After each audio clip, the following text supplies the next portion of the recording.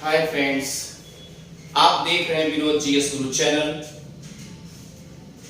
और आप लगातार पॉलिटी से रिलेटेड, फंडामेंटल राइट्स से रिलेटेड आप लगातार क्लास ले रहे हैं। इससे आपको भी घुटन हो रही है। मैं चाहता हूं कि आज एक वीडियो ज्योग्राफी से भी हो जाए, आप उससे भी देखते रहिए क्योंकि आपका फैक्ट टू फैक्ट कंप्लीट होता है। तो ज्योग्राफी में प्यारे आप ध्यान दीजिएगा, जैसा कि मैंने सोलर सिस्टम में 3 ग्रह का अपलोड किया वीडियो, अब चौथा वीडियो जो है आपके सामने है, आप उसे केयर करिएगा। और आपको अगर समझ में आ रहा है तो आप सब्सक्राइब और शेयर करना कभी ना भूलें। जैसे कि मंगल ग्रह, सोलर सिस्टम में चौथा ग्रह जो है मंगल ग्रह, मार्स जिसे बोलते हैं, तो ये ध्यान दीजिएगा क्रम से पहली बात तो ये चौथे नंबर पर है।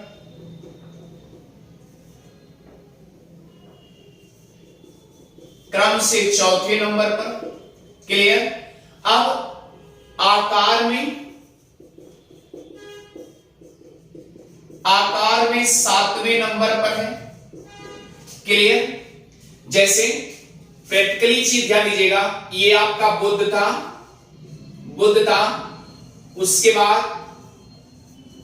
शुक्र था, उसके बाद क्या था, पृथ्वी था, उसके बाद क्या था, मंगल था, उसके बाद क्या था, बृहस्पति था, उसके बाद शनि था, उसके बाद क्या था, अरुण था, उसके बाद क्या था, वरुण था, उसके बाद क्या था, प्लूटो था।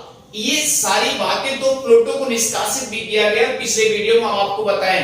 तो प्रेजेंट टाइम में सौरमंडल में आपके कितने ग्रह हैं? 8 ग्रह, क्लियर। लेकिन 3 वीडियो तो अपलोड हो चुका है।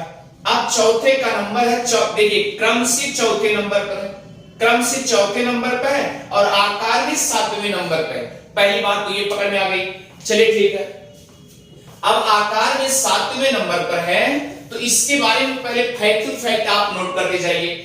ये ध्यान दीजिएगा, अब आपको ये भी बताया गया है कि जितनी ग्रहें हैं, यानी सौरमंडल में 8 ग्रह हैं, 8 ग्रह सूर्य के प्रकाश से प्रकाशवान होते हैं, यानी सूर्य के लाइट से ही लाइट इन पे पड़ती है और इसीलिए इनके ऊपर भी लाइट दिखती है। तो प्यारे ध्यान दीजिएगा, कहने का मतलब ये है कि जितनी ग्रह हैं, पहली चीज तो अपने अक्ष पे घूमते हुए सूर्य की परिक्रमा कर रहे हैं, ये बात तो आपको पता हो गया, ठीक है। अगर ये मंगल ग्रह क्रम से चौथे नंबर पे है, आकार में 7वें नंबर पर है, तो ये भी ध्यान दीजिएगा ये स्वयं अपने अक्ष पे घूर्णन कर रही है, तो कितना 24 घंटा अपने अक्ष पर, नोट करते जाइएगा, अपने अक्ष पे एक्सिस पे कितना कर रही है, 24 घंटा 37 मिनट और 23 सेकेंड, ये अपने एक्सिस पर घूर्णन कर रही है, ठीक है। अच्छा, लेकिन प्यारे एक सभी ग्रह, तो ये भी पता है सभी ग्रह जो है सूर्य की परिक्रमा कर रहे हैं, तो इसका मतलब मंगल भी परिक्रमा कर रहा है। तो सूर्य का परिक्रमा, जो सूर्य का चक्कर लगाता है, सूर्य का परिक्रमा करता है तो 687 यानी 687 दिन में करता है, क्लियर हो गया। अब देखिए इसकी क्वालिटी, और देखिए इसकी क्वालिटी ये है, ध्यान दीजिएगा, इसकी क्वालिटी ये है कि आपको ये भी पता है कि पृथ्वी जो है 23.5 अंश पे झुकी हुई है, क्लियर।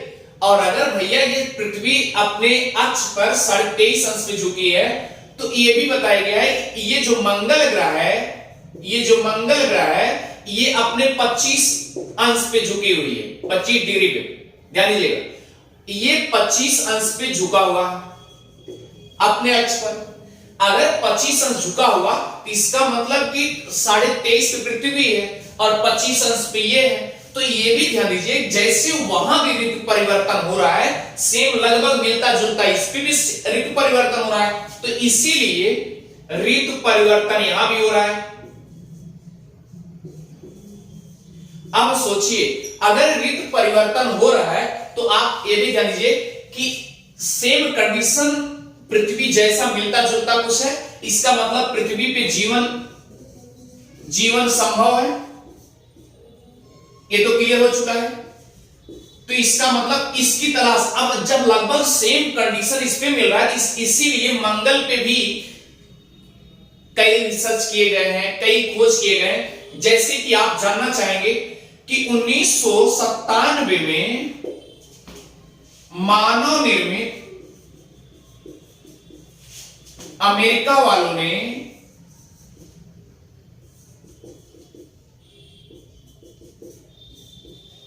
एक अंतरिक्ष यान भेजे जिसका नाम था पाथ फाइंडर।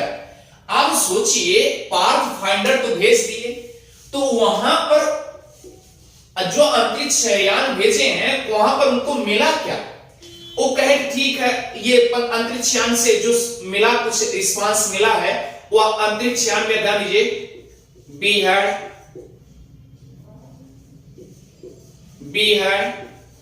क्रेटर यानी झील, ऐसी कुछ रिस्पांस यहां पर मिले। तो इसका मतलब यहां पर यह सोचा गया कि यहां पर भी जीवन संभव हो सकता है। तो एक दूसरी बात क्या है, 2013 में भारत के लोग भी इसी मंगल पे भेज रहे थे, तो उसका जो अपना अंतरिक्ष यान भेजे वह भी ध्यान दीजिएगा, उसका नाम मंगलयान ही रख दिए। तो मंगलयान भेज दिए और मंगलयान 2013 में भारत द्वारा भेज दिया गया। अब हुआ क्या, इस पे हुआ क्या, अब ये भी बताया गया इसके जो उपग्रह हैं वह दो हैं। कौन? Phobos, Deimos. अब फोबोस का व्यास बता दिया गया 25 किलोमीटर और डीमोस का, यानी फोबोस का अगर 25 से 25 का आधा 12.5 होगा, ठीक। तो इसका मतलब अब आधा मतलब कि 12.5 और 12 और उसमें आधा और जोड़ दीजिए, इसका बता दिया गया व्यास जो है, इसका व्यास 13 किलोमीटर। तो ये दो ही उपग्रह हैं, दो सैटेलाइट हैं, मंगल ग्रह के 2 सैटेलाइट हैं, एक फोबोस और एक डीमोस। फोबोस का व्यास 25 किलोमीटर और डीमोस का 13 किलोमीटर। आप ध्यान दीजिए, इस पे एक चीज और देखा गया है, मंगलयान पे, मंगल ग्रह पे देखा गया कि एक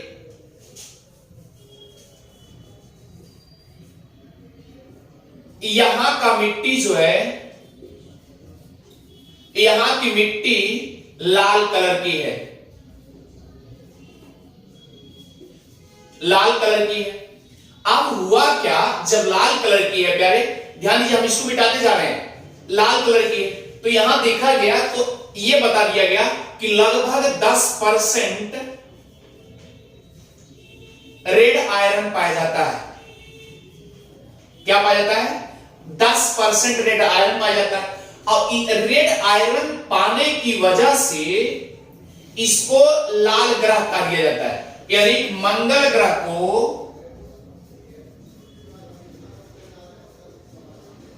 लाल ग्रह भी कहते हैं। दूसरी बात क्या है इसमें, और क्या बताया गया?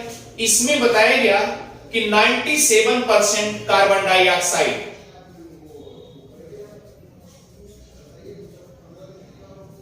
ऑक्साइड पाया गया।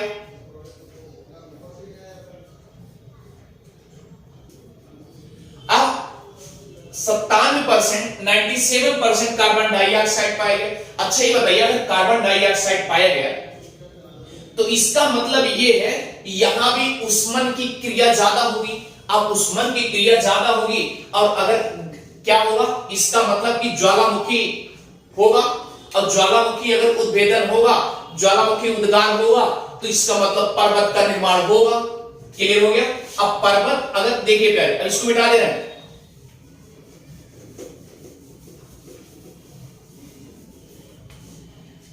यहां पर 97% कार्बन डाइऑक्साइड पाया गया।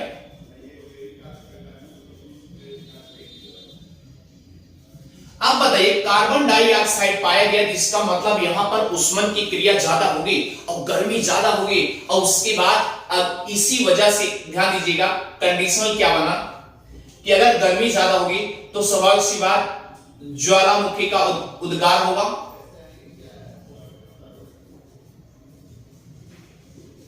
और ज्वालामुखी का उद्गार होगा तो याद रखिएगा एक पर्वत का निर्माण भी होगा। अब पर्वत का निर्माण अगर होगा तो आप समझदार हैं, अगर पर्वत का निर्माण हुआ तो याद रखिए यहां पर एक पर्वत पाया गया, यहां पर एक पर्वत पाया गया जिसका नाम था निक्स ओलंपिया।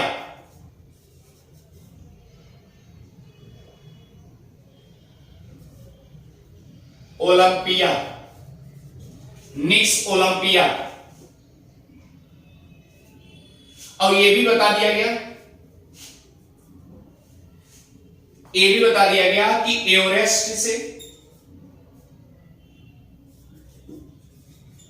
3 गुना बड़ा है, ये भी बता दिया गया। आप सोचिए, एवरेस्ट से 3 गुना बड़ा है निक्स ओलंपिया। अब ज्वालामुखी, उस ज्वालामुखी का क्या नाम रखा गया?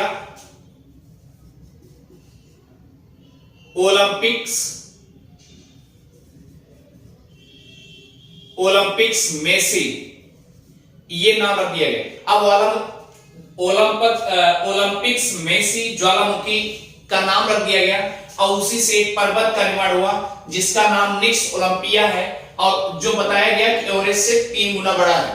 तो ये तो लगभग हमें क्लियर हो गया कि अब ये लाल ग्रह क्यों कहा जाता है, क्योंकि वहां पर रेड आयरन ज्यादा पाया जाता है। 10% बताया गया है, अप्रॉक्स लगभग 10% आयरन की वजह से ये यहाँ की मिट्टी रेड कलर की हो गई। और रेड अगर कलर की हो गई, जिसका मतलब कि मिट्टियां कैसे होंगी, जैसे संगमरमर का रेड कलर होता है ना, तो उसी तरीके से ये भी हो गया होगा। तो ये सब पाए गए, और ये भी संभावना जाहिर की जा रही है नासा द्वारा ये भी बताया गया कि मीथेन